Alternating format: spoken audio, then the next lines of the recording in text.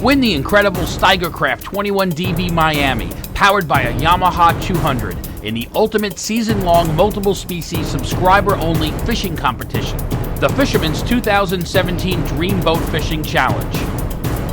Go to thefisherman.com and enter today.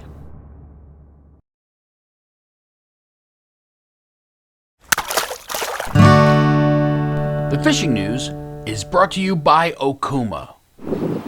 Hi there, Toby Lapinski for the New England edition of the Fisherman magazine with this week's web video, Fishing Forecast for New England. Well, I'm back from a trip to Florida last week. I was attending ICAST. In case you missed them, be sure to check out all new product videos that we shot at the show. Original plan was just to run about 10 videos with all the great stuff we found at ICAST. I think we ended up with somewhere in the range of 25 or 26 full-length videos in total. There was a lot to see, and now we're bringing it to you in our products and gear reviews section of thefisherman.com.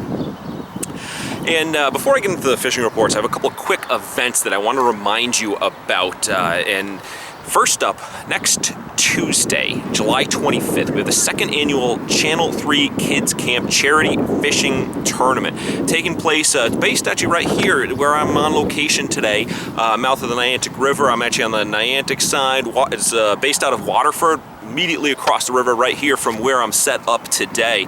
It should be a really cool event with all the monies raised from the event, from the tournament, benefiting the Channel 3 Kids Camp. There's a shotgun start fishing tournament. You get in on the tournament, fishing, everything involved in it, rod, reel, that whole deal, bait is all involved in the, included in the price of the ticket. Everybody's gonna head out 1 o'clock next Tuesday. We're gonna fish for a whole mixed bag bottom fish, come on back to the dock 4 hours later, have a big weigh-in, awards ceremony. There's tons of great prizes, raffles, everything else going on. So head on over to thefisherman.com. There's still time to check out the information on it and purchase your tickets. Again, it's next Tuesday. We've got all the details available right now in the link at the upper right-hand corner of your screen.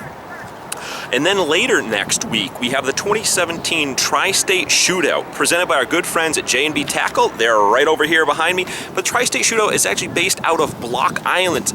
This is one of the, if not the premier offshore fishing tournament here in the Northeast. It is an amazing event with boats coming in from all over the region. Again, there's still time to sign up. So check out the link and in the YouTube card at the upper right-hand corner of your screen right now and get in on this awesome tournament. Let's see what you got fishing the offshore.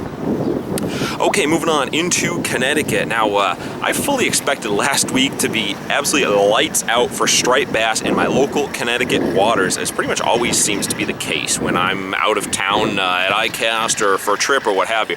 But for the most part, it kind of seemed like a continuation of what we've been seeing lately here in Connecticut.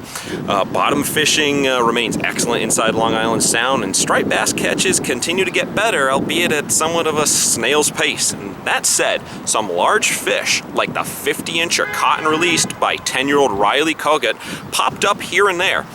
Bunkers seem to be moving outside the rivers a little bit more now, and I got word of bluefish harassing them with more frequency, which is always a good thing. I seem to find that it helps getting the striper bite kicked in as you've got those wounded, scared, and herded up bunker, not really sure what's going on with being harassed by the bluefish, and it seems to turn the stripers on, so hopefully it'll improve the bite in the coming days.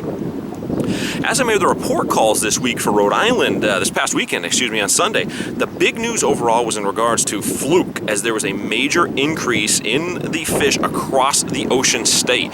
Fish in excess of 10 pounds were reported off of Point Judith, off Misquamicut beaches, off of Watch Hill, and out by Block Island, whereas in the past weeks, they seem to be a little more centralized, where one of those spots seemed to have all of the big fish located in that area, but for whatever reason, they really spread out. We got much better widespread sea bass catches made across Rhode Island, and those big scup are still coming in. Like I've been noting, we've got, this provides a good setup to get in on the Dreamboat leaderboard with all three of those species coming in and some big specimens of each. And speaking of some big fluke coming in, Fisherman subscriber Tony Renato sent me a picture of a fat 27-inch fluke that he caught over the weekend. And he said the fish took a whole squid bait, and then when it was later filleted, it also had another whole squid in his stomach, so that was one hungry flatfish.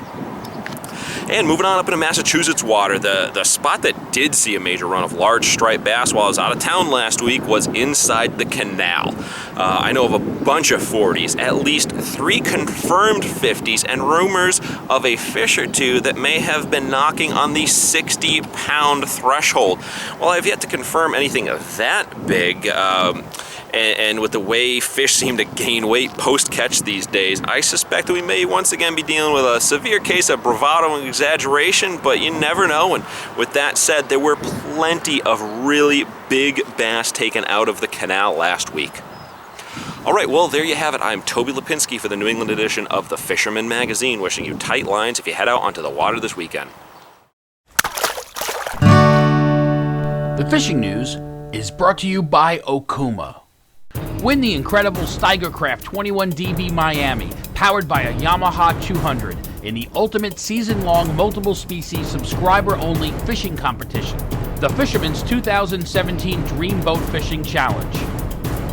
Go to thefisherman.com and enter today.